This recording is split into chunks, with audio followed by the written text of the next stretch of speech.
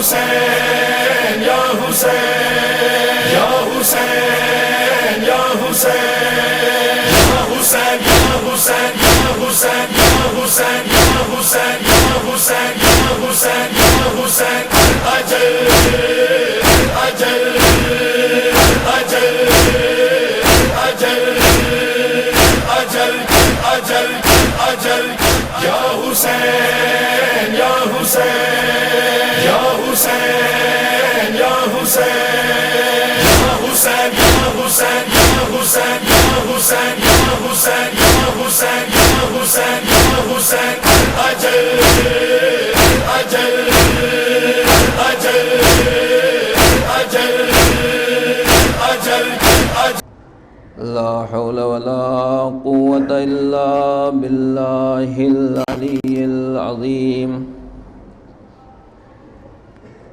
حسبنا الله ونعم الوكيل نعم المولى ونعم النصير أعوذ بالله من الشيطان اللعين الرجيم بسم الله الرحمن الرحيم الحمد لله رب العالمين بارئ الخلائق أجمعين ثم الصلاة والسلام على أشرف الأنبياء والمرسلين نبي القاسم محمد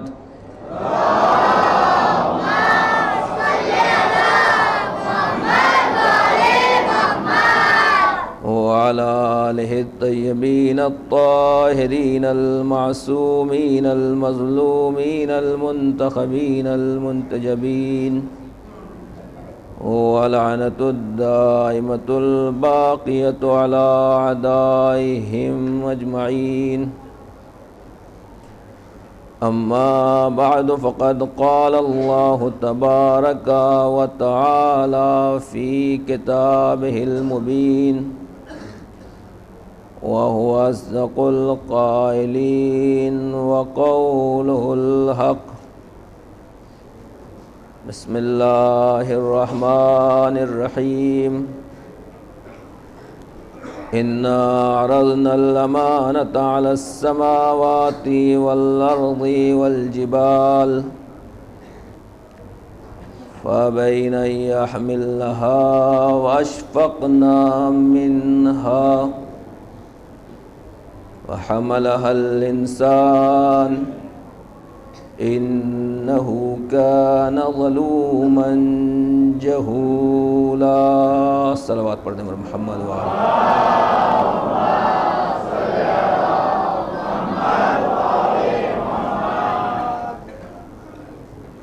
سورہ مبارکہ احزاب سورہ نمبر 33 اس کی آیت کریمہ 72 72 اس آیت کے ذیل میں جو سلسلہ کلام آپ کی خدمت میں پیش کیا جا رہا ہے امانت داری اور خیانت سے متعلق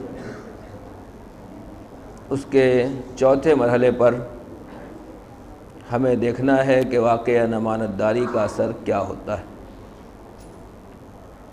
کل میں نے اپنی گفتگو کو جہاں مکمل کیا تھا، جہاں ختم کیا تھا، اسی بیان کو آگے بڑھانا چاہتا ہوں اور یہیں سے بات شروع ہوتی ہے۔ کل کی گفتگو اس منزل پر ختم ہوئی تھی کہ خدا کے کارخانے میں، پروردگار کے اور قدرت کے کارخانے میں جو کچھ بھی بنتا ہے اس میں ملاوٹ نہیں ہوتی ہے، وہاں خیانت برداشت نہیں کی جاتی ہے، اور چاہے ایک شہد کی مکھی کیوں نہ ہو، اگر وہ ناخالص خطرناک یا کوئی دوسری چیز لے کر آ رہی ہے تو اس کو قتل کر دیا جاتا ہے، اس کے ساتھ کسی طرح کی رعایت نہیں کی جاتی۔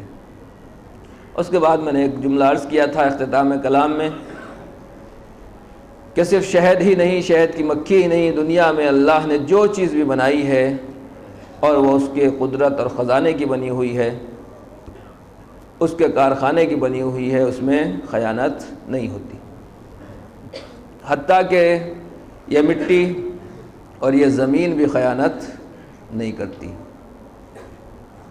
ایک سوال میں اپنے نوجوانوں سے پوچھنا چاہتا ہوں، اور آپ سب کے نظروں کے سامنے یہ سوال ہے بالکل آسان سا، کہ یہ بتائیے کہ اس دنیا میں ہماری آپ کی سب سے پہلی ضرورت کیا ہے؟ دنیا میں جتنے انسان رہتے ہیں، مسلمان ہوں، غیر مسلمان ہوں، انڈیا کے رہنے والے ہوں، دوسری جگہ کے رہنے والے ہوں، انسان کی سب سے پہلی ضرورت کا نام کیا ہے؟ جو کوئی گورنمنٹ بھی ہمارے یہاں بنتی ہے، وہ سب سے پہلے کیا نعرہ لگاتی ہے؟ 3 چیزوں کا نعرہ ہوتا ہے: روٹی، کپڑا، مکان۔ لیکن یہ 3 ایسے ہیں جس کا وعدہ کبھی پورا نہیں ہوتا، اور پوری دنیا اسی سے پریشان ہے۔ انہی تینوں کے نام پر ہر گورنمنٹ ووٹ مانگتی ہے، ہر پارٹی ووٹ مانگتی ہے، اور جو لوگ 3 کے نام پر ووٹ مانگیں، ان سے کسی طرح کی وفاداری کی امید نہیں۔ لیکن عزیزان گرامی، اس سے بڑی ایک اور چیز ہے۔ وہ کیا ہے؟ پوری دنیا میں ہر ایک اسی بات کا رونا روتا ہے کہ روٹی، کپڑا اور مکان۔ آج دنیا میں جو کچھ بھی ہنگامے چل رہے ہیں، تحریکیں چل رہی ہیں، لوگ اس سردی کے موسم میں سڑکوں پہ اوپر اترے ہوئے ہیں، بیٹھے ہوئے ہیں ٹینٹوں میں، جو کچھ بھی آپ دیکھ رہے ہیں، ہر طرف ہنگامے ہیں، وہ اسی لیے ہے کہ کسی کے پاس روٹی نہیں ہے، کسی کے پاس کپڑا نہیں ہے، اور کسی کے پاس مکان نہیں ہے۔ لیکن کیا دنیا کی پہلی ضرورت یہی ہے؟ اس پہلی ضرورت کا نام کیا ہے؟ کوئی میری مدد کرے گا؟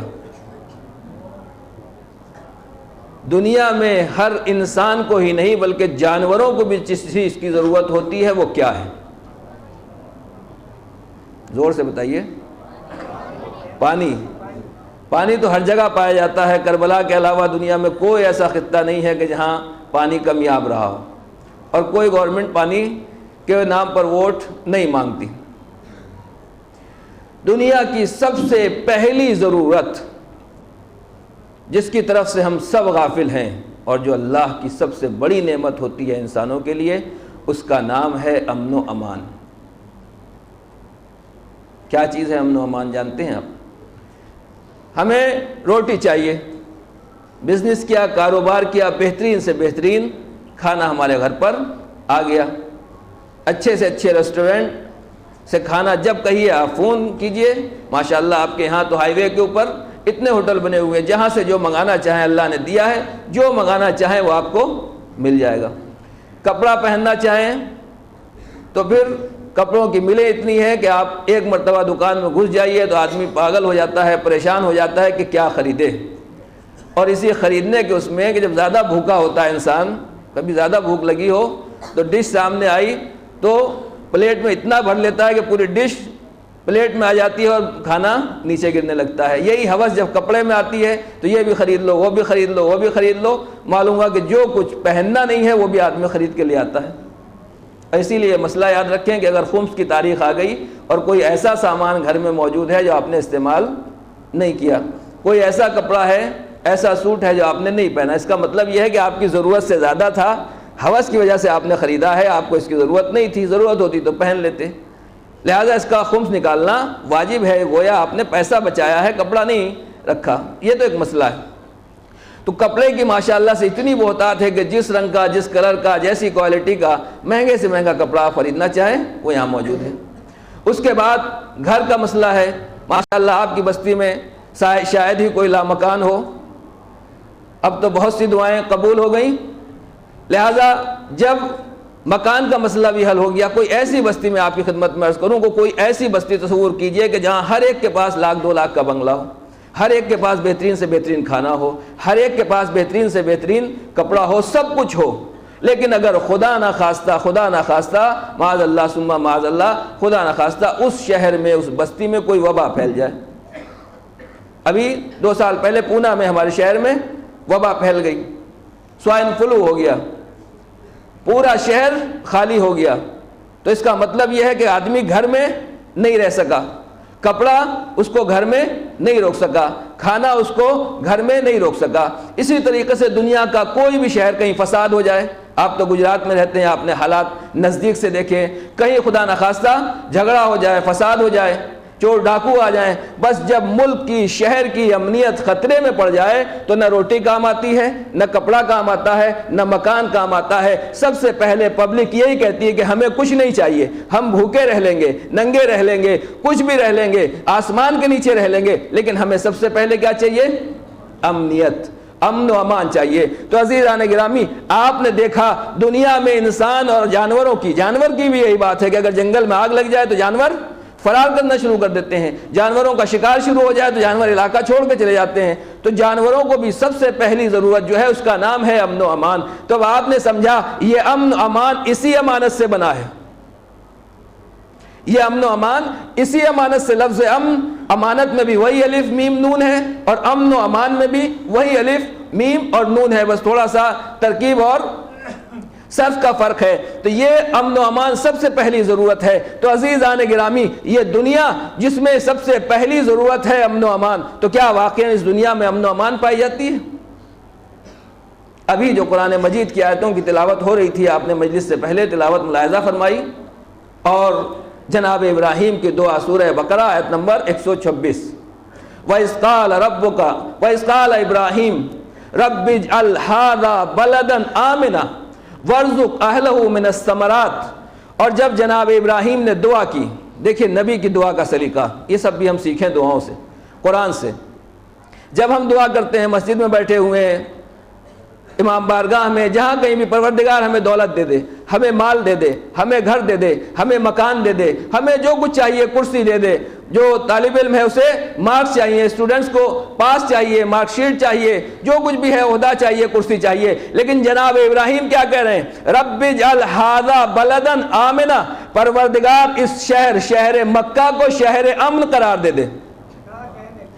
وَارْزُقْ أَهْلَهُ مِنَ الثَّمَرَاتِ، اور جو یہاں رہنے والے انہیں پھل فروٹ کا رزق عطا فرما.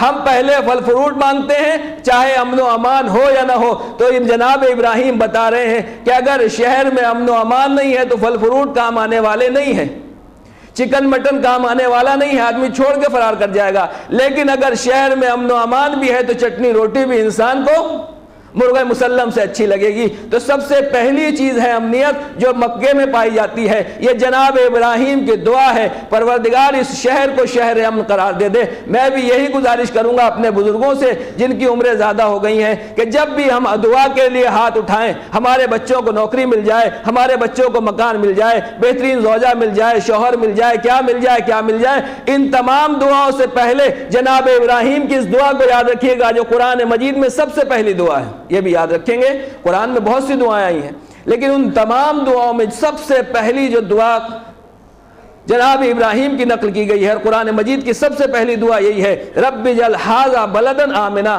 پروردگار اس شہر کو شہر امن بنا دے. تو جب کبھی بھی خدا کی بارگاہ میں اپنی زندگی، اپنی نسل، اپنے ملک، اپنے ملت، کسی کے لیے بھی آپ کو دعا کرنا ہو تو سب سے پہلی دعا یہی ہے کہ پروردگار اس شہر کو شہر امن بنا دے. آئیے خدا کی بارگاہ میں یہی دعا کرتے ہیں، پروردگار جہاں بیٹھے ہوئے ہیں اس جگہ کو، اس شہر کو، اس اسٹیٹ کو اور اس ملک کو بھی شہر امن و امان بنا دے. اگر امنیت ہے تو سب کچھ ہے، اور اگر امنیت نہیں ہے تو کچھ نہیں ہے. اب جناب ابراہیم کی دعا کا اثر دیکھیے. تم دوست بن جاؤ. جب کوئی دوست کسی دوست سے مانگتا ہے تو کیا دوستی ایسی ہوتی ہے کہ کوئی دوست کچھ مانگے اور ہم نہ دیں؟ دوستی بھی ایک عجیب چیز ہے واقعاً. طولانی ٹاپک ہے، دوستیاں کس کس بات پہ ہوتی ہیں، لیکن میں مختصر اپنے جوانوں سے یہی کہوں گا کہ دوستیاں ضرور کیجئے، مگر دیکھ کے کیجئے کون ہے دوست، کس مطلب سے آپ کا دوست بن رہا ہے. مطلب کہ تو سب یار ہوتے ہیں واقعاً، لیکن جو مصیبت میں کام آئے، احادیث میں کہا گیا کہ وہ دوست ہے. لیکن واقعاً دوست وہ ہے کہ جس سے جو آپ کہیں وہ دے دے. تو جناب ابراہیم نے اپنے دوست خدا سے، ابراہیم خلیل خدا ہیں، اللہ کے دوست ہیں، پروردگار سے کہا کہ اس گھر کو، اس شہر کو شہر امن بنا دے. کیا مکہ شہر امن بنا؟ توجہ فرمائیے گا. جو لوگ حج کرنے کے لیے گئے ہیں پروردگار ان کے حج کو قبول فرمائے، اور جو لوگ نہیں جا سکے ہیں جلد از جلد پروردگار ان کو بھی حج بیت اللہ کی توفیق عنایت فرمائے۔ جو لوگ مکے جاتے ہیں وہ جانتے ہیں کہ جب آپ مکے جائیں گے احرام باندھ کر تو سب سے پہلی بات تو یہ ہے کہ کوئی مکے میں اس وقت تک انٹر نہیں ہو سکتا، داخل نہیں ہو سکتا، اس بارڈر حرم میں نہیں پہنچ سکتا جب تک اس کپڑے کو جو پہن کے گیا ہے اس کو نہ اتار دے، اور احرام کا جو سفید کپڑا ہوتا ہے بغیر سلا ہوا جب تک احرام نہ باندھ لے وہ حرم میں داخل نہیں ہو سکتا ہے۔ یہ قانون ہے مکے کا، احترام ہے مکے کا۔ اور جب آپ نے احرام کا کپڑا باندھ لیا تو آپ جانتے ہیں کہ 25 چیزیں جو آپ کے اوپر حلال تھیں وہ حرام ہو جائیں گی، بالکل ایسے ہی جیسے آپ نماز پڑھتے ہیں، روز یہ کام ہوتا ہے۔ جیسے آپ نے اللہ اکبر کہا، تکبیرۃ الاحرام کہا، بولنا بات کرنا حرام ہو گیا، ہنسنا حرام ہو گیا، کھانا پینا حرام ہو گیا، چلنا کھیلنا کودنا سب حرام ہو گیا۔ جب السلام علیکم کہا نماز تمام ہو گئی، پھر چیزیں حلال ہو گئیں۔ یہی چیز حج میں ہوتی ہے کہ جب آپ نے احرام باندھ لیا تو اب خوشبو لگانا حرام ہو گیا، سلے ہوئے کپڑے پہننا حرام ہو گیا، مرد کے لیے سائے میں چلنا حرام ہو گیا، حتیٰ کہ وہ چیز جو ہر ایک اعتبار سے انسان کے لیے جائز ہے، مرد عورت کے لیے حرام ہو جاتا ہے، عورت مرد کے لیے حرام ہو جاتی ہے۔ اور اگر کوئی فیملی کے ساتھ گیا ہوا تو اس کے دل سے پوچھئے کہ کس طریقے سے حج ہوتا ہے۔ تو یہ ہے حج کہ وہاں، اور اس میں ایک چیز یہ بھی ہے کہ آپ شکار نہیں کر سکتے، حالت احرام میں شکار حرام ہے۔ اسی طریقے سے اگر بدن میں کوئی جو ہے کچھ ہے تو وہ بھی آپ نہیں نکال سکتے، مکھی کو نہیں مار سکتے، مچھر کو نہیں مار سکتے، حتیٰ کہ حرم کے جو پتے ہیں آپ اس کو توڑ نہیں سکتے۔ تو حرم کے جو بارڈر ہے، حرم کی جو چار دیواری ہے، چار سرحد ہے، جسے حرم کہا جاتا ہے، جب انسان حالت احرام میں آ جائے تو یہ چیزیں حرام ہو جاتی ہیں، اور جب حرم کے بارڈر میں آ جائیں تو اور چیزیں حرام ہو جاتی ہیں۔ تو خدا نے جب اپنے شہر کو شہر محترم بنایا، پروردگار نے مکے کو قابل احترام بنایا، کہا دیکھو اپنے یہاں چاہے جو کچھ کرتے رہے ہو، چاہے جتنے لوگوں کا خون بہاتے رہے ہو، لیکن جب ہماری سرزمین میں آنا ہے تو یہاں شریف بن کے آنا ہے، یہاں انسان بن کے آنا ہے، حتیٰ کہ تم جانوروں کو نہیں ستا سکتے ہو، پرندوں کو نہیں مار سکتے ہو، کسی کا شکار نہیں کر سکتے ہو، ایک چونٹی کو نہیں ستا سکتے ہو، بدن میں اگر کوئی کیڑا چل رہا ہے تو اس کو بھی بدن سے اتار کے الگ نہیں کر سکتے ہو، چلنے دو، کیوں؟ یہ شہر امن ہے، یہاں کسی کو کوئی پابندی نہیں ہے، کسی کو کوئی تکلیف نہیں پہنچا سکتا۔ عزیزان گرامی، دنیا میں جن لوگوں نے امن و امان کا ڈھنڈورا پیٹ رکھا ہے اور وہ کہتے ہیں کہ سب سے زیادہ امن و امان ہمارے یہاں پایا جاتا ہے، آئے اسلام کے دامن میں دیکھے ایسے شہر کا کوئی نمونہ آئیڈیل آپ پیش کیجئے جس کی امنیت مکے کے برابر ہو، جہاں انسانوں کا خیال نہیں ہے بلکہ جانوروں کا خیال رکھا گیا ہے۔ یہ کیوں ہے؟ اس لیے کہ یہ بلد امین ہے۔ توجہ فرمائے گا، یہ بسم اللہ الرحمن الرحیم سورہ والتین پڑھئے، والتین والزیتون وطور سینین وہذا البلد الامین۔ جناب ابراہیم نے کہا تھا کہ رب اجعل ھذا بلدا آمنا، پروردگار اس شہر کو شہر امن بنا دے۔ اب خدا قسم کھاتا ہے، والتین انجیر کی قسم، والزیتون زیتون پھل کی قسم، وطور سینین اور طور سینین کی قسم، وہذا البلد الامین اور اس امن و امان کے شہر کی قسم جس شہر میں امن و امان پایا جاتا ہے۔ عزیزان گرامی، اگر شہر میں اتنا امن و امان پیدا ہو جائے کہ جہاں انسان اور جانور سب محترم ہو جائے، کسی کو کوئی تکلیف نہ پہنچے، خدا اس شہر امن و امان کی قسم کھاتا ہے۔ آپ نے دیکھا کہ امانت داری انسان کو کہاں تک لے کے جاتی ہے، اگر امنیت پیدا ہو جائے تو وہ شہر قابل قسم ہو جایا کرتا ہے۔ ایک صلوات پڑھ دے پر محمد و آل محمد۔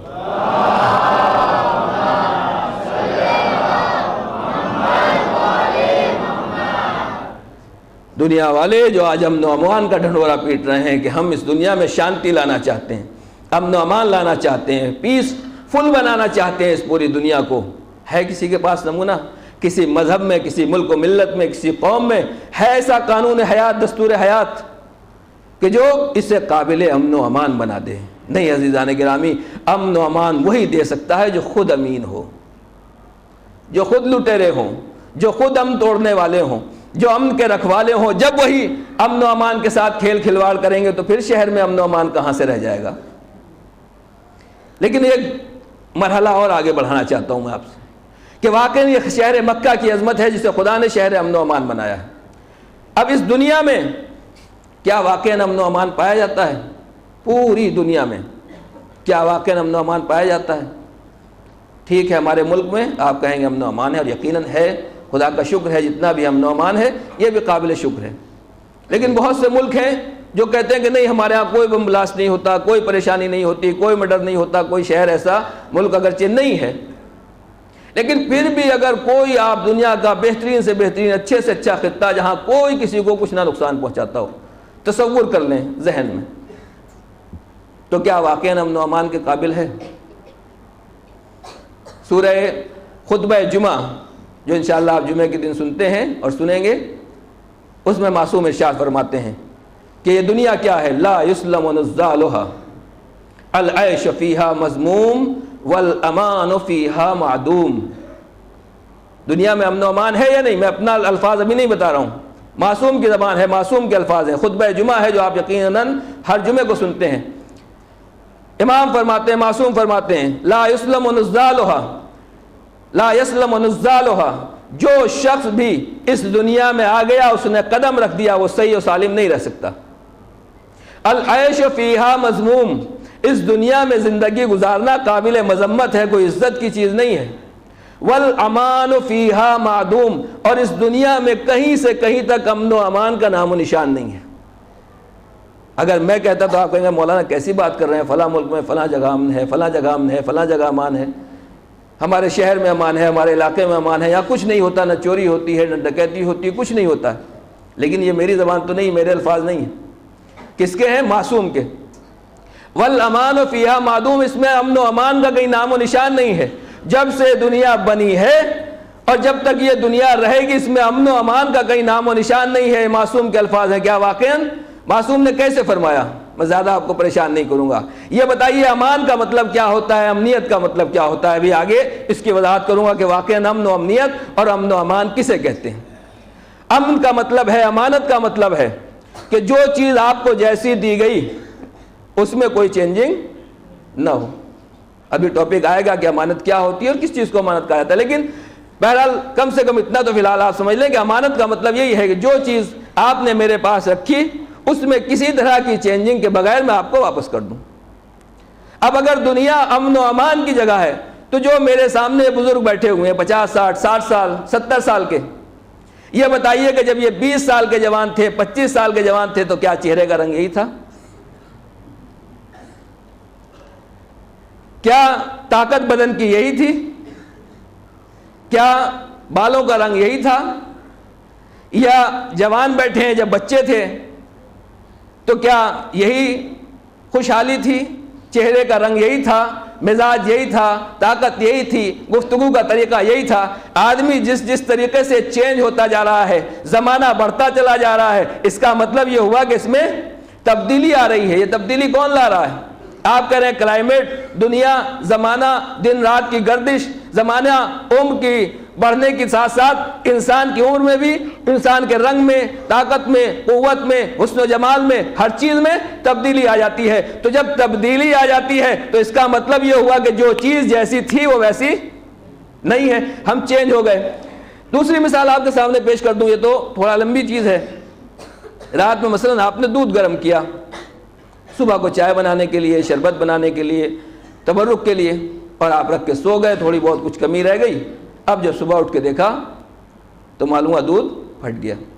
بہترین سے بہترین کھانا بنایا آپ نے، بریانی بنائی اور کچھ بنایا، رات میں فریج میں رکھنا بھول گئے، اور جب فریج میں نہیں رکھا، کلائمیٹ تھوڑا سا موسم گرم ہو گیا، کمرہ بند ہو گیا. اب جب صبح اٹھے بہترین سوچا تھا کہ اچھے سے اچھا ناشتہ ہوگا، اب جب صبح اٹھ کے دیکھ رہے ہیں تو معلوم ہوا سب خراب ہو گیا. یہ کیسے خراب ہوا؟ یہ دودھ کیسے پھٹا؟ جب دنیا میں امن و امان ہے، امنیت پائی جاتی ہے، امانت پائی جاتی ہے، امانت داری پائی جاتی ہے، تو عزیزان گرامی خراب نہیں ہونا چاہیے، تبدیلی نہیں ہونی چاہیے، اس کو بدلنا نہیں چاہیے، حسن و جمال جانا نہیں چاہیے. لیکن ہوا کیا؟ بدل رہا ہے، ہر چیز چینج ہو رہی ہے۔ اس کا مطلب یہ ہے کہ اس میں امان نہیں ہے، اس میں امنیت نہیں ہے۔ جو چیز بھی اس دنیا میں آ رہی ہے وہ مسلسل زمانے کے ساتھ ساتھ، حالات کے ساتھ ساتھ، موسم کی سردی اور گرمی کے ساتھ ساتھ مسلسل جب چینج ہو رہا ہے، تو جب چینج ہو رہا ہے تو اس کا مطلب یہ امنیت میں نہیں ہے، ایمان حاصل نہیں ہے۔ تو عزیزان گرامی، کوئی ایسی جگہ بھی ہے کہ جہاں واقعاً انسان امن و امان میں رہتا ہو، امنیت میں رہتا ہو، چینجنگ میں رہتا ہو؟ ان المتقین فی جنات وعیون فی مقام امین، قرآن مجید کہتا ہے کہ متقی وہ ہیں جو مقام امین میں رہتے ہیں۔ توجہ فرمائیے گا، جنت کا نقشہ قرآن مجید کھینچتا ہے کہ جنت اس جگہ کا نام ہے جو مقام امین ہے۔ اس لفظ امین کو نہ بھولیے گا، کل انسانوں کے بارے میں تھا، جانوروں کے بارے میں تھا، اور آج جنت کے بارے میں خدا کہہ رہا ہے کہ جنت وہ ہے جو مقام امین ہے۔ کیا مطلب ہوا؟ کہ جو انسان بھی جنت میں چلا گیا، جو انسان بھی جنت میں چلا گیا، یہاں ہم 1 کلو دودھ گرم کرتے ہیں، صبح تک اگر فریج میں نہیں رکھا تو سڑ گیا، برباد ہو گیا۔ جنت کے بارے میں ہے کہ دودھ کی نہریں جاری ہوں گی، دودھ کی نہریں جاری ہوں گی۔ بھائی دودھ کی نہریں آپ یہاں بھی جاری کرا سکتے ہیں، ماشاءاللہ سے ہم نے سنا ہے کہ اتنی بڑی بڑی ڈیریاں ہیں، اگر اتنا دودھ کسی نہر میں ڈال دیا جائے تو جاری ہو جائے گا۔ آپ یہی کہیں گے، دنیا یہی کہے گی مولانا دودھ کی نہر جاری کرنا کوئی بڑا کام نہیں ہے، شداد نے اتنا کام کر لیا تھا، لیکن جب 1 لیٹر دودھ محفوظ نہیں رکھ سکتے تو نہر کو کس طرح ہم بچائیں گے؟ دودھ کے خراب ہونے سے کیسے بچائیں گے؟ تو دنیا میں نہر جاری کرنا مشکل کام نہیں ہے، اس دودھ کو بچانا مشکل کام ہے۔ بس خدا نے جو جنت میں دودھ کی نہریں جاری کی، شہد کی نہریں جاری کی اور دوسری چیزوں کی نہریں جاری کی ہیں، اس کا مطلب یہ ہے کہ نہر جب جاری ہے، جس طریقے سے پانی نہر میں جاری ہے، پانی خراب نہیں ہوتا۔ کیوں؟ اس لیے کہ پانی ہے، یہ جب تک جاری رہے گا خراب نہیں ہوگا۔ اسی طریقے سے جنت میں جس طرح دودھ جاری ہے، دودھ کی نہر خراب نہیں ہوگی، اس لیے کہ جنت مقام امن و امین ہے، اور امین اس کو کہا جاتا ہے جو تبدیلی نہیں کرتی۔ معصوم نے کے فرق کو پہچانا، معصوم نے کہا الامان فیہا معدوم، دنیا اس جگہ کا نام ہے جہاں امن و امان کا کوئی نام و نشان نہیں ہے، یہ امین نہیں ہے۔ لیکن جنت وہ جگہ ہے جو مقام امن ہے، امین ہے، یہاں جو چیز پہنچ جائے گی وہ برباد نہیں ہوگی، وہ خراب نہیں ہوگی، وہ چینج نہیں ہوگی۔ ایک صلوات پڑھنے پر محمد وآل محمد پر۔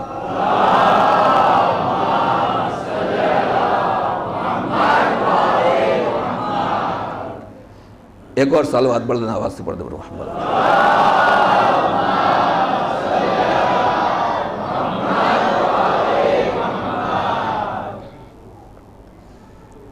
یہ ہے وہ منزلت۔ اب پہچانے آپ واقعاً امنیت کس کو کہا جاتا ہے۔ اسلام نے، قرآن نے، اہل بیت نے، معصومین علیہ السلام نے ہر جگہ جو جنت جنت جنت جنت، ہر ایک چیز کا جو جنت کا تذکرہ کیا ہے کہ تمہیں جنت ملے گی۔ کیوں؟ اس لیے کہ اس دنیا میں آدمی چاہے جو کچھ بھی بنا لے، جو کچھ بھی حاصل کر لے، اس میں امن و امان نہیں ہے، وہ باقی رہنے والی نہیں ہے۔ لیکن جنت اس جگہ کا نام ہے، جنت اس منزلت کا نام ہے جو مقام امین ہے، جس میں کسی طرح کی چینجنگ ہونے والی نہیں ہے۔ عزیزان گرامی، یہی وجہ ہے کہ واقعہ شاید آپ کا سنا ہوا ہو کہ ایک بوڑھی عورت آئی پیغمبر کے پاس اور آ کے کہنے لگی، یا رسول اللہ کیا میں جنت میں جاؤں گی؟ تو رسول اللہ نے کیا فرمایا کہ بوڑھے لوگ جنت میں نہیں جائیں گے۔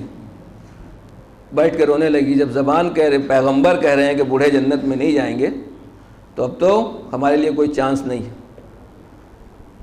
اس کے بعد جناب بلال آئے، دیکھا رو رہی ہے، پوچھا خیریت؟ تو کہ رسول اللہ نے کہا کہ بوڑھے جنت میں نہیں جائیں گے۔ بلال آئے، یا رسول اللہ کیا ہوا ہے؟ تو مؤذن تھے، پرائیویٹ سیکریٹری تھے، جب تک بلال نہیں بلاتے تھے کوئی پیغمبر کے پیچھے نماز پڑھنے کے لیے نہیں آتا تھا، اذان تو یہ دیتے تھے۔ تو سوچا کہ سب سے قریب تو میں ہی ہوں رسول اللہ کے بعد، لہذا یا رسول اللہ یہ بوڑھی عورت رو رہی ہے، آپ نے اس سے کیا فرما دیا، کیا ارشاد کر دیا؟ کہا بلال کالے لوگ بھی جنت میں نہیں جائیں گے۔ اب بلال بھی بیٹھ کے رونے لگے۔ بس عزیزان گرامی توجہ فرمائیں گے، جناب مولا کائنات یا جناب عباس آئے، کہا یا رسول اللہ یہ آپ نے کیا فرما دیا؟ بلال بھی رو رہے ہیں، وہ بوڑھی عورت بھی رو رہی ہے کہ بوڑھے جنت میں نہیں جائیں گے، کالے جنت میں نہیں جائیں گے۔ کہا ہاں میں نے صحیح کہا ہے، کیوں؟ کہا دیکھو جب کوئی بوڑھا جنت کے دروازے پر پہنچے گا تو پروردگار اسے اپنی قدرت کاملہ سے جوان بنا دے گا. جب وہ جنت میں قدم رکھے گا تو جو مومن ہوگا وہ جنت میں قدم رکھتے ہی جوان ہو جائے گا. کہا کالے کیوں نہیں جنت میں جا سکتے؟ کہا جنت نور کی جگہ ہے، وہاں کالے نہیں جائیں گے. کہا پھر جو مومن ایمان لے کر آ رہے ہیں ان کا کیا ہوگا؟ کہ جیسے ہی یہ جنت میں قدم رکھیں گے پروردگار ان کے چہرے کو نورانی بنا دے گا، وہاں کوئی کالا نہیں رہ جائے گا. لہٰذا یہ جنت میں پہنچ جائیں گے. بلال بھی خوش ہو گئے، وہ بوڑھی عورت بھی خوش ہو کے چلی گئی. تو عزیزان گرامی آپ نے دیکھا کہ جنت میں جو بھی جائے گا وہ جوان جائے گا. جنت میں جو بھی جائے گا وہ خوبصورت ہو کے جائے گا، حسین و جمیل ہو کے جائے گا، بہترین چہرے کا رنگ ہوگا. اب جو لوگ جوان ہو کے جائیں گے، اگر دنیا میں جوانی پھر سے پلٹا دی جائے، توجہ فرمائیے گا، بہرحال ہمارا مقدر تو نہیں ہے لیکن دنیا میں ایسے لوگ ہیں، تاریخ میں مسلم ہے کہ جو بڑھاپے سے جوانی کی منزل میں آئے ہیں. زلیخا کی جوانی سب کو یاد ہے. اس کے بعد جناب مولا کائنات کی کنیز تھیں، ان کی زندگی کا معاملہ بھی یہی ہے کہ چوتھے امام کی پاس جب آئی ہیں اور آنے کے بعد مولا سے امامت کے بارے میں گفتگو کرنا چاہی اور نشانی لینا چاہی تو مولا اس وقت نماز میں تھے. تو اذن والے بھی جب پلٹنے لگیں، دیکھا کہ بعد میں آؤں گی، تو مولا نے انگلی سے اشارہ کیا اور جیسے اشارہ کیا فوراً ان کی جوانی بھی پلٹ آئی اور وہ 8ویں امام کی زندگی تک موجود رہیں، 8ویں امام کے زمانے تک موجود رہیں. تو اس کا مطلب یہ ہے کہ زندگی مولا نے پلٹائی، جوانی پلٹائی تو جوانی پلٹ آئی. زلیخا کی جوانی پروردگار نے پلٹائی تو جوانی واپس آ گئی. لیکن ایسا نہیں ہے کہ پہلے جوان ہوئی اور پھر ہمیشہ جوان رہی. نہیں، جب جوان ہوئی پھر آہستہ آہستہ بڑھاپے کی طرف چلی گئی. زلیخا کے ساتھ بھی ایسے ہی ہوا اور حبابہ والبیہ کے ساتھ بھی ایسا ہی ہوا. تو اس دنیا میں اگر جوانی پلٹ کے آتی ہے تو کیونکہ یہ دنیا انسان کے اندر چینجنگ کرتی رہتی ہے، لہٰذا یہاں انسان لاکھ جوان ہو، 10 مرتبہ جوان ہو جائے پھر بوڑھا ہو جائے گا. لیکن جنت کیونکہ مقام امین کا نام ہے، وہاں کسی طرح کی چینجنگ ہونے والی نہیں ہے. لہٰذا جو وہاں جائے گا وہ جوان رہے گا، جو وہاں عورت جائے گی، خاتون جائے گی، وہ جوان رہے گی، اس کی جوانی میں کوئی تبدیلی ہونے والی نہیں ہے. جو وہاں پھل فروٹ ہیں جو لگے ہوئے وہ کبھی سڑنے والے نہیں ہیں، کبھی خراب ہونے والے نہیں ہیں. جو پرندے ہیں، جو چیزیں ہیں، جو گوشت ہے، جو کھانا ہے، اس میں کبھی تو کسی طرح کی چینجنگ ہونے والی نہیں ہے، وہ خراب ہونے والا نہیں ہے. بس عزیزان گرامی، سمجھدار کون ہے جو اس دنیا کی گھٹنے والی، ختم ہونے آنے والی جوانی کا سودا کرے یا اس دنیا کی جوانی کا سودا کرے؟ لاکھ آپ کسی جوان سے شادی کر لیں، خوبصورت سے شادی کر لیں، لیکن ایک زمانے کے بعد یہ جوانی ختم ہو جائے گی، یہ خوبصورتی ختم ہو جائے گی. لہٰذا اماموں نے کہا، قرآن نے کہا کہ جوان جنت کو، آخرت کو دنیا کے اوپر مقدم کرو، دنیا کو چھوڑو، آخرت کی فکر کرو جو ہمیشہ باقی رہنے والی بھی ہے، ہمیشہ قائم رہنے والی بھی ہے. ایک صلوات پڑھتے ہیں محمد و آل محمد پر.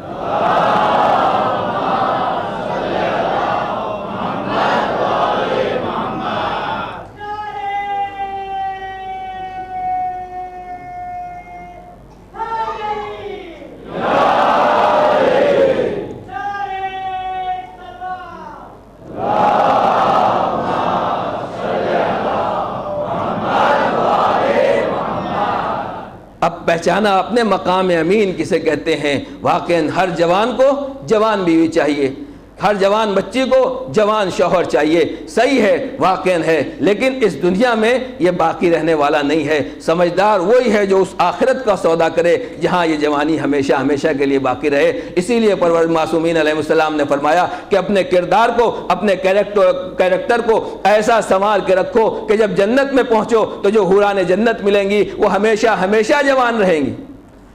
بڑی بڑی والی آنکھوں والی، خوبصورت، حسین و جمیل، جن کے حسن و جمال میں کبھی بھی کوئی کمی ہونے والی نہیں ہے. اگر تمہارا کردار پاک و پاکیزہ رہا، تم مومن بن گئے اور جنت میں چلے گئے تو واقعاً یہ ایسی حوریں تمہیں ملیں گی جو کبھی بھی بوڑھی ہونے والی نہیں ہے. تو عزیزان گرامی، اسے کہتے ہیں امن و امان، اسے کہتے ہیں امنیت، جو کہاں سے آیا ہے؟ امانت داری سے آیا ہے. جب کوئی چیز دوسری چیز میں خیانت نہیں ہونے دیتی، اس کو چینج نہیں کرنے دیتی، تو پھر انسان کی عمر بھی نہیں بدلتی، انسان کی کوئی چیز میں تبدیلی نہیں آتی. تو اس کا مطلب یہ ہوا، توجہ فرمائیے گا، کہ جنت اس جگہ کا نام ہے کہ جسے پروردگار نے مقام امنیت بنایا ہے اور اس میں کوئی چینجنگ نہیں ہوتی. تو جو خدا ایک جنت بنا سکتا ہے وہ دوسری جنت بھی بنا سکتا ہے یا نہیں؟ کوئی ضروری ہے کہ خدا آسمانی کے اوپر جنت بنائے؟ کیا دنیا میں جنت نہیں بنا سکتا؟ اگر ایسا ہے تو خدا محتاج ہو جائے گا اگر نہ بنا پائے۔ جس علاقے کو چاہے پروردگار امن و امان کی جگہ بنا سکتا ہے، چینجنگ نہیں ہو سکتی۔ کیوں؟ اس لیے کہ خدا قادر ہے۔ جب وہاں ہمیشہ ہمیشہ کے لیے، جتنا ہم سوچ سکتے ہیں ہمیشہ ہمیشہ کے لیے کوئی تبدیلی نہیں ہو سکتی، تو اگر خدا ایسی دوسری 1000 2000 10,000 جنتیں بنانا چاہے تو بنا سکتا ہے۔ حتیٰ کہ اگر اسی دنیا میں خدا جنت بنانا چاہے تو بنا سکتا ہے۔ مسلمان کے سامنے جب ہم جنت کا تذکرہ کرتے ہیں، ہر مسلمان بنتا ہے ہاں وہاں سب جوان رہیں گے، وہاں حوریں بھی جوان رہیں گے، جو مومن جائیں گے ہم جیسے انسان وہ بھی جوان رہیں گے، ان کی عمر میں کوئی تبدیلی کوئی چینجنگ نہیں آ سکتی۔ جب ہم کہتے ہیں کہ ہمارے زمانے کا امام 1000 سال سے زیادہ زندہ ہے، اور جب امام آئیں گے تو اگرچہ 1000 1500 2000 سال کے بعد آئیں گے مگر 40 سال کے جوان دکھائی دیں گے، تب مسلمان کی سمجھ میں نہیں آتا یہاں خدا کی قدرت کہاں گئی؟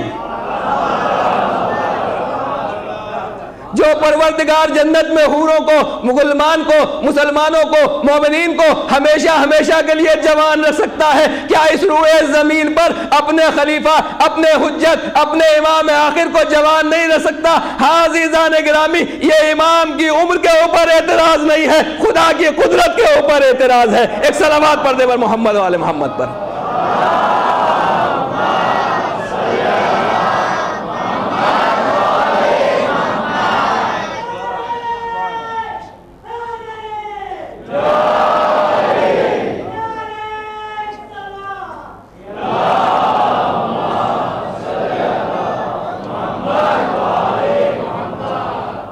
اس گردش دورہ کا، اس سورج اور چاند کی گرمی اور سردی کا، اس زمانے کے حالات کا، ان زمانے کے بدلاؤ کا اثر دنیا کے ہم لوگوں کے اوپر پڑتا ہے، کیونکہ ہم اس دنیا کے اندر ہیں، اس زمین کے اندر ہیں، اس سورج کی گرمی کے محتاج ہیں، مگر جس کے قبضے میں نظام کائنات ہو، جو حجت خدا ہے، جس کی وجہ سے کائنات کا نظام چل رہا ہو، خود پیغمبر نے فرمایا لولا الحجہ لساقط الارض، اگر حجت خدا نہ ہو، اگر زمانے کا امام نہ ہو تو جو بھی زمین پر رہتا ہے سب کو سب زمین نگل جائے گی، سب فنا ہو جائیں گے۔ تو ہم وہ ہے جو زمین کی وجہ سے باقی ہے، امام وہ ہے جس کی وجہ سے کائنات کا نظام باقی ہے۔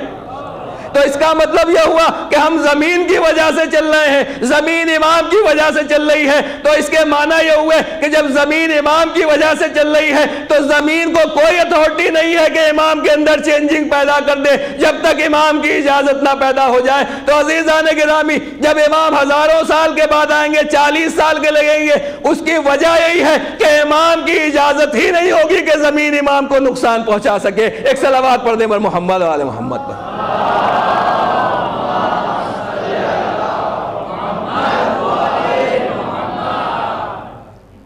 ایک اور بلند آواز سے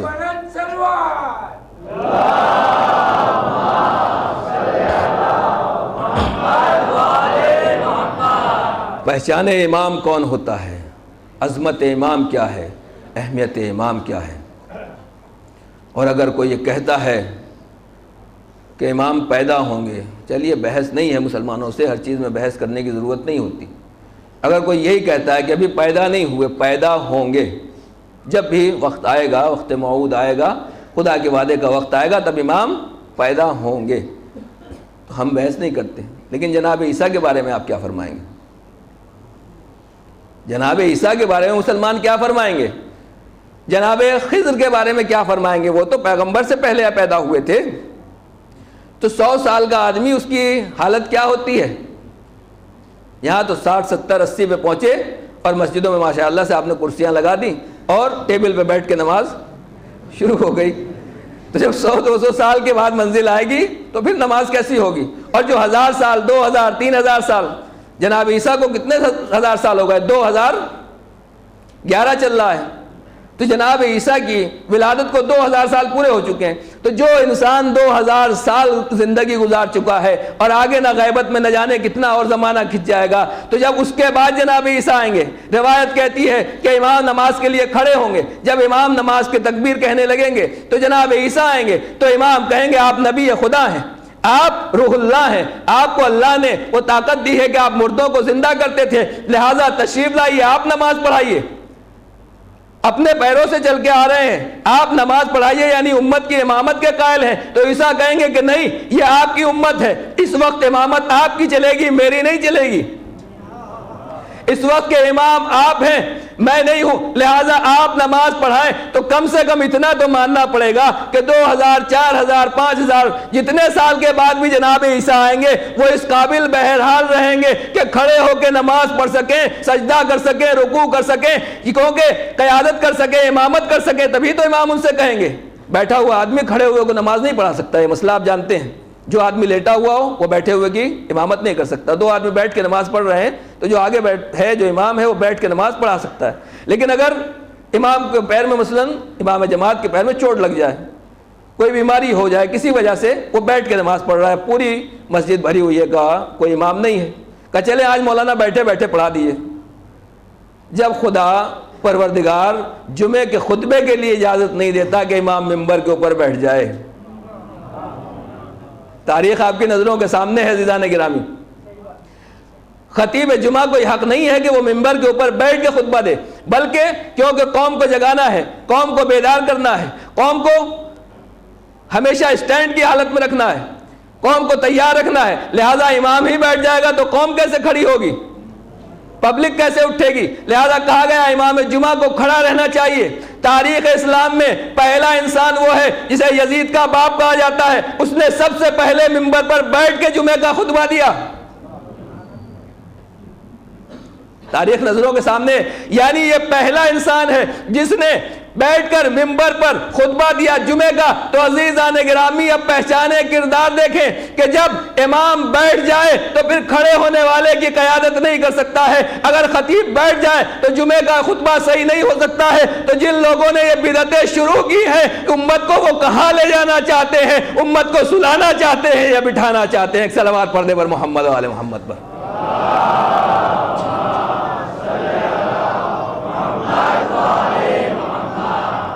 تو گفتگو کہاں سے چل رہی تھی؟ میں یہ عرض کر رہا تھا کہ جب جناب عیسیٰ آئیں گے تو اگر جناب عیسیٰ سے یہ کہیں گے کہ آپ نماز پڑھا دیجیے، جناب عیسیٰ کہیں گے کہ میں کھڑے ہو کے نہیں پڑھ سکتا، بیٹھ کے پڑھ سکتا ہوں، لہذا آپ قوم سے کہیے کہ بیٹھ کے پڑھیں گے، تو نہیں، ایسا نماز کا مسئلہ یہ ہے تو نماز نہیں ہو سکتی۔ تو کم سے کم اتنا تو ماننا پڑے گا کہ جناب عیسیٰ کھڑے ہو کر نماز جماعت ادا کریں گے اور امام کے پیچھے نماز ادا کریں گے۔ تو جو مسلمان امام زمانہ کی عمر کو نہ مانتے ہوں مگر جناب عیسیٰ کی عمر کو تو مانتے ہیں، جناب خضر کی عمر کو تو مانتے ہیں، جناب الیاس کی عمر کو تو مانتے ہیں، تو آپ نے دیکھا یہ کیا ہے، اتنے ہزاروں سال کے بعد آ رہے ہیں مگر ان کے جسم میں بھی کوئی چینجنگ نہیں ہے۔ اس کا مطلب یہ ہے کہ یہ بھی نبی خدا ہے، پروردگار جس کے لیے اجازت دے دے کہ زمین اس میں تصرف کر سکتی ہے، زمین اس کو چینج کر سکتی ہے، لیکن اگر زمین کے اندر چینجنگ کی اجازت نہ ہو تو زمین چینج نہیں کر سکتی۔ میری محنت کو ضائع نہ کیجیے گا، ایک منزل تک لانا چاہتا ہوں۔ یہ زمین تو بہت بڑی ہے، پھر بھی اس میں ہوا ٹھنڈی گرم، کشمیر کے علاقے میں چلے جائیں، ہمالیہ کے علاقے میں چلے جائیں، برفیلے علاقوں میں چلے جائیں، اگر مردے کو بھی رکھ دیں تو 1000 سال کے بعد بھی ایسے ہی نکلے گا، لیکن اگر آگ میں کسی چیز کو ڈال دیں تو کتنی دیر کے بعد صحیح نکل سکتا ہے؟ وہ آدھا گھنٹہ رہ لے گا کوئی؟ لوہا بھی اگر آپ ڈال دیں اچھی خاصی آگ میں جو اس کا ٹیمپریچر جتنا ہونا چاہیے تو بچے گا؟ اینٹا پتھر جو کچھ بھی آپ آگ میں ڈالیں، آپ یہی کہیں گے کہ چینج کر دے گی، ختم ہو جائے گی، جلا کے خاک کر دے گی۔ ایک دانہ ڈال دیں، کپڑا ڈال دیں، جیسے ہی آگ میں گیا، قریب پہنچا، آگ لگی، ختم، خاک ہو گیا۔ لیکن جو آگ جلانے کی خاصیت رکھتی ہے، جب جناب ابراہیم کو آتش نمرود میں پھینکا گیا، قالا یا نار کونی بردم و سلاما، اے آگ ابراہیم کے لیے ٹھنڈی ہو جا۔ جس آگ کے جلانے کی خاصیت ہے، یہ آگ ٹھنڈی کیوں ہو گئی، ابراہیم کے لیے گلزار کیوں بن گئی، ابراہیم آگ سے زندہ و سلامت کیوں نکل آئے؟ اس کا مطلب یہ ہے کہ دنیا میں اگر آگ بھی ہو، اگر خدا کی اجازت نہ ہو تو وہ چینج نہیں کر سکتی ہے، تبدیل نہیں کر سکتی ہے۔ تو جب جناب ابراہیم کے لیے آگ گلزار بن گئی تو فرزند ابراہیم، فخر ابراہیم، وارث ابراہیم کے لیے دنیا ایسے کیسے چینج کر سکتی ہے، امام کو کیسے بگاڑ سکتی ہے؟ ایک صلوات پڑھنے پر محمد و آل محمد پر۔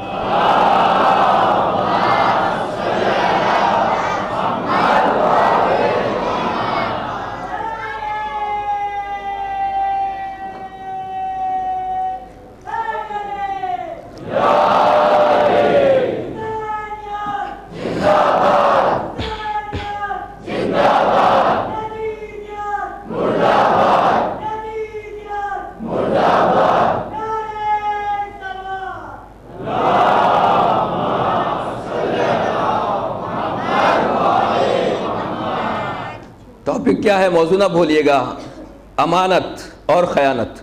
اگر کوئی خیانت نہ کرے، امانت دار رہے، امین رہے، تو پھر کچھ بگڑنے والا نہیں ہے، ایک دانہ بھی خراب ہونے والا نہیں ہے۔ اس زمینی کو آپ دیکھ لیں، آپ زمین میں دانہ چھڑکیے، معلوم ہوا کچھ نہیں ہوگا۔ دیکھتے ہیں جو پیڑ پودے ایسے نکل آتے ہیں جنگلوں میں، صحراؤں میں، اور سال بھر کے بعد اسی جگہ معلوم ہوا پودے نکلنا شروع ہوئے۔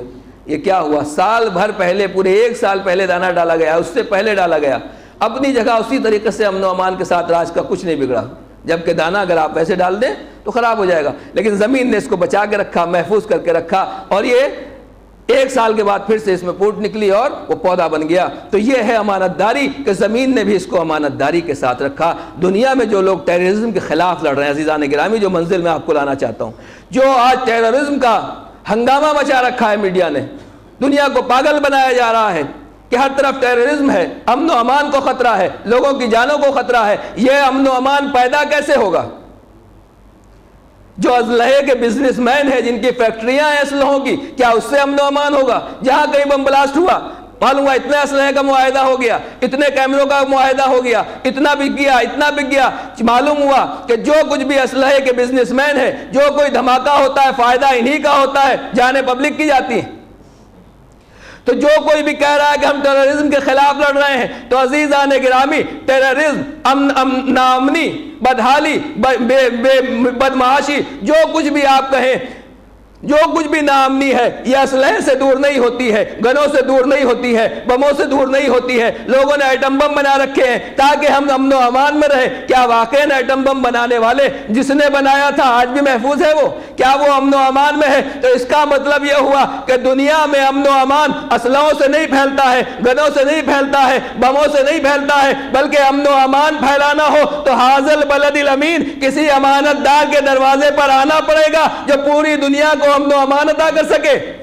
خدا نے کہا کہ امن و امان چاہتے ہو تو یہ قرآن میری کتاب امین ہے، جبرائیل امین لے کر آیا ہے، رسول امین نے پہنچایا ہے، امام امین و مبین کے پاس محفوظ ہے۔ قرآن کے اوپر عمل کرتے چلے جاؤ، دیندار بنتے چلے جاؤ، کتاب خدا کے اوپر عمل کرتے چلے جاؤ گے، دنیا میں امن و امان پھیلتا چلا جائے گا۔ اور اگر کتاب خدا کے اوپر عمل نہیں کرو گے، لاکھ کیمرے لگا لو، اسلحے لگا لو، زیڈ سیکورٹی لگا لو، اور کسی طرح کا کوئی بھی کسی طرح کا سیکورٹی کا انتظام کر لو، تمہیں خود امنیت نصیب نہیں ہوگی، تم خود پاگل ہو جاؤ گے۔